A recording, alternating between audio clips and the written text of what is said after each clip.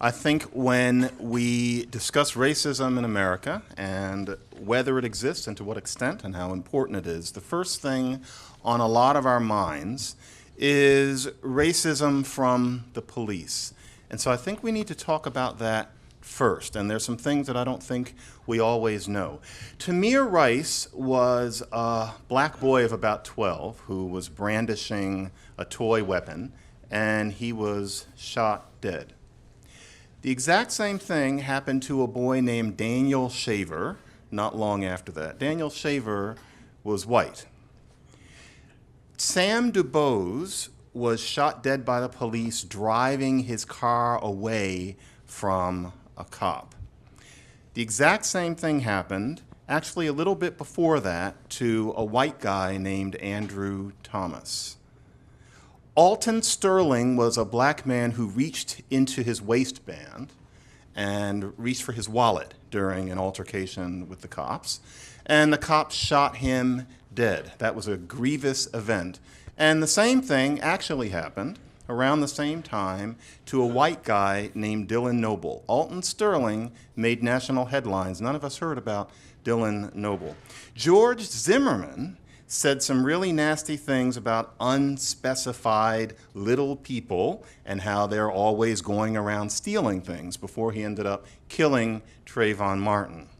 Now, that was a terrible thing, especially because a policeman said the same sorts of things, including using the word fucker, before he killed a white teenager named Lauren Simpson. I could do this for 20 minutes. There is a very understandable tendency in the media to report stories of black people unjustly killed by the police.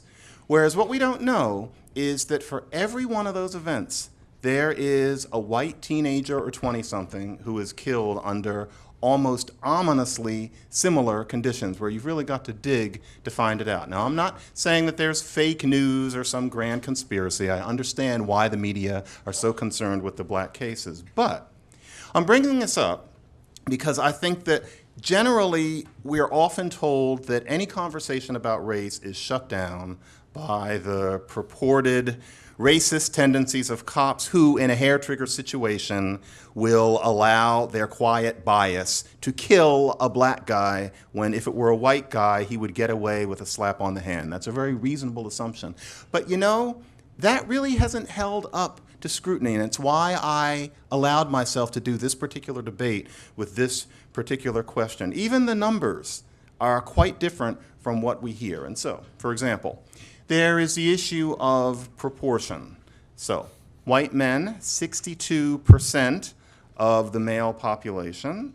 They are half of the people who get killed by cops. Black men, 13%, and they are a quarter of the people who are killed by cops. And so it's disproportionate. So one might think, well, that means that still there is a racist bias against black men because so many more of them are killed proportionately. But no, not really. There's a debate team trick that's going on in relation to that. Because it wasn't so long ago that when we talked about welfare, disproportionate amount of black people were on welfare, but more white people were on welfare numerically. So if anybody pointed out that a disproportionate number of black people were on welfare, it was always pointed out by a certain crowd that no, actually, many more white people are on welfare, and that was considered a smackdown comment. Well, we're in the same sort of situation. Or it was often said, if you kept asking questions, the reason there's a disproportionate number of black people on welfare is because poverty affects black people disproportionately because of structural racism. That was reasonable. Well, we also know that poverty makes it more likely for somebody to encounter a policeman in these sorts of situations. Poverty caused by structural racism, therefore, might certainly make it so that there are more black men killed by the police. And that means that we have to question the idea that what this is all about is underlying pernicious biases of the cops. I almost can't believe I'm saying this because I spent a very long time thinking what a lot of people think about the cops. I have a reputation for saying that racism is as important as people make it, but I always made an exception for the cops. And not too long ago, I had one of my blogging heads conversations with Glenn Lowry, where I told him, Glenn, you've got to give me figures if that's not true. And I didn't know that the figures actually exist. And so I had to really make an adjustment, really think in a new way about this kind of thing. What we're told about the cops simply isn't true. Therefore, when I say that anti-racism is as much a problem as a help at this point, I'm saying that after my conversion about the cops are not a smackdown issue in this debate. So, with that said, what's the issue here? Why in the world would I say that anti-racism is a problem? Because of course, no, it's not a problem to not be a racist, and I don't think any of us would be here if we thought the debate was over that. So of course you don't want to be a racist. Racism is bad, we know that. But what about the more complex and therefore more interesting issues? And one issue is that anti-racism as currently configured has gone a long way from what used to be considered intelligent and sincere civil rights activism. Today, it's a religion, and I don't mean that as a rhetorical feint. I mean that it actually is what any naive anthropologist would recognize as a faith in people, many of whom don't think of themselves as religious, but Galileo would recognize them quite easily. And so, for example, the idea that the responsible white person is supposed to attest to their white privilege and realize that it can never go away and feel eternally guilty about it, that's original sin right there. The idea that there is going to be a day when America comes to terms with race, or that there could be. What does that even mean? What is the meaning of the coming to terms? What would that consist of? Who would come to them? What would the terms be? At what date would this be? The only reason that anybody says that is because it corresponds to our conception of Judgment Day, and it's equally abstract. When we use the word problematic, especially since about 2008 or 9, what we're really saying is blasphemous. It's really the exact same term. Or the suspension of disbelief that is a characteristic of religious faith. There's an extent to which logic is considered no longer to apply. That's how we talk about racism. And so suppose someone asked, why are we to focus on the occasional rogue cop who kills a black man, when 9 times out of 10, that black man is in much more danger of being killed by another black man in his neighborhood? Gosh, that's not pretty, but like many things that aren't pretty, it's also true. If you ask about it, well, you know you're not supposed to. Eyes roll, and you're given an answer that doesn't really completely make sense, and there's an etiquette that you're supposed to stop there. It's rather like certain questions that you ask a priest very gently, but you know that if you don't get a real answer, then you're just supposed to move on. That we're used to with being devoutly religious. That is the way racism is treated these days. It's a religion. And many of us might say, you know, after thinking about it, you might realize that even if you're somebody who looks on devout religious faith among, say, a Mormon or a fundamentalist as something peculiar, you read books by anthropologists exploring this frame of mind, even if you realize, it might even be pleasant to realize about yourself that you are religious just like them. If you wonder how a Mormon feels, to be an anti-racist today is to be ideologically a very, very similar person. You might own it. You might say, what's wrong with this? What's wrong with this religion? This is certainly a better religion than many others I can think of. But there are problems with it. There are severe problems with it. It does some good things. It gets some good people elected. Certainly, it does some good things. But it does some bad things. And so, for example, if you're a good anti-racist, then you're thinking about the cops that kill black men in these scenes that we know about.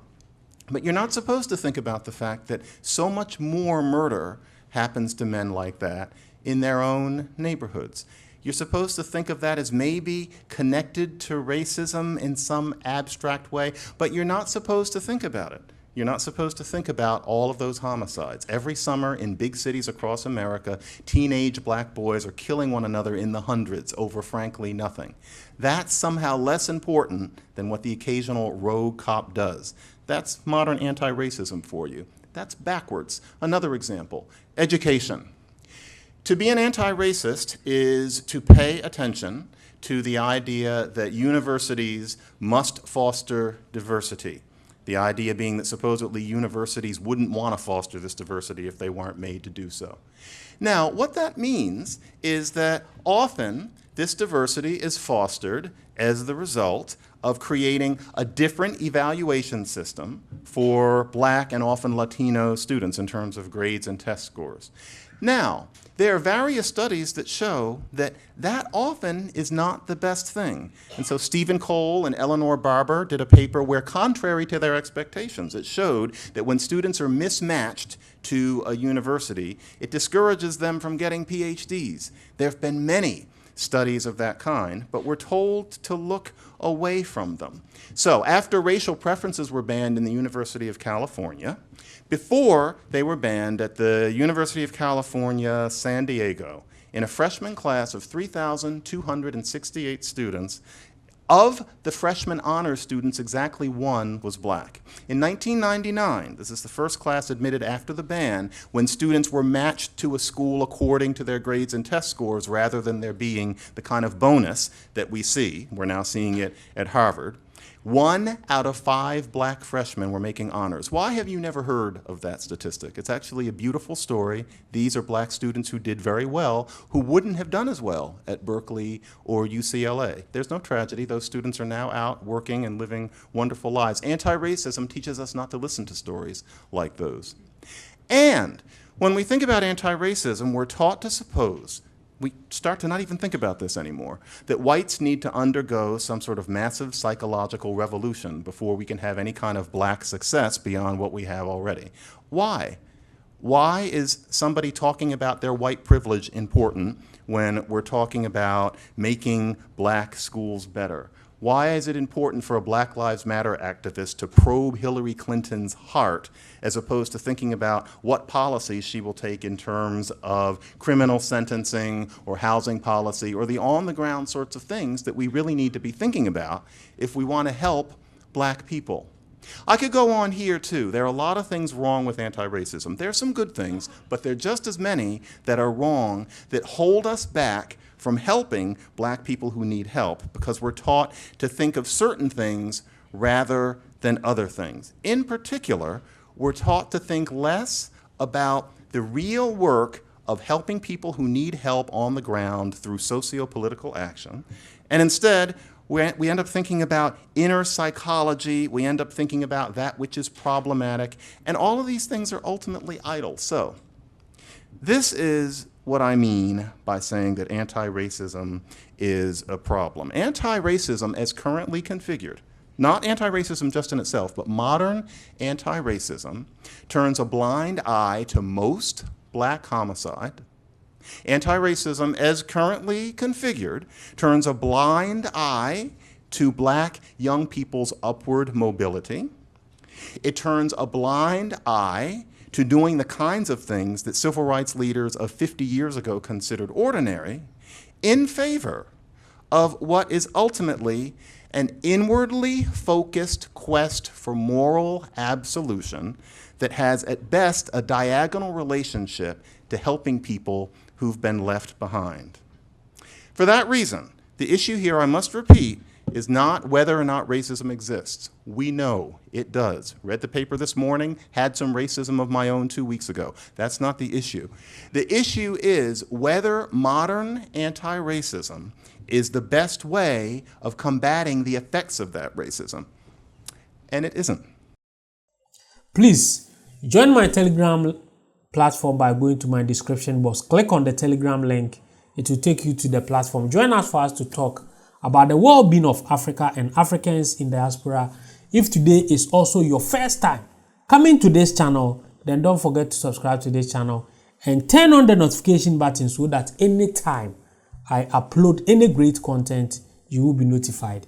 I'm always your guy, De-Graft Amoako. Thanks for watching.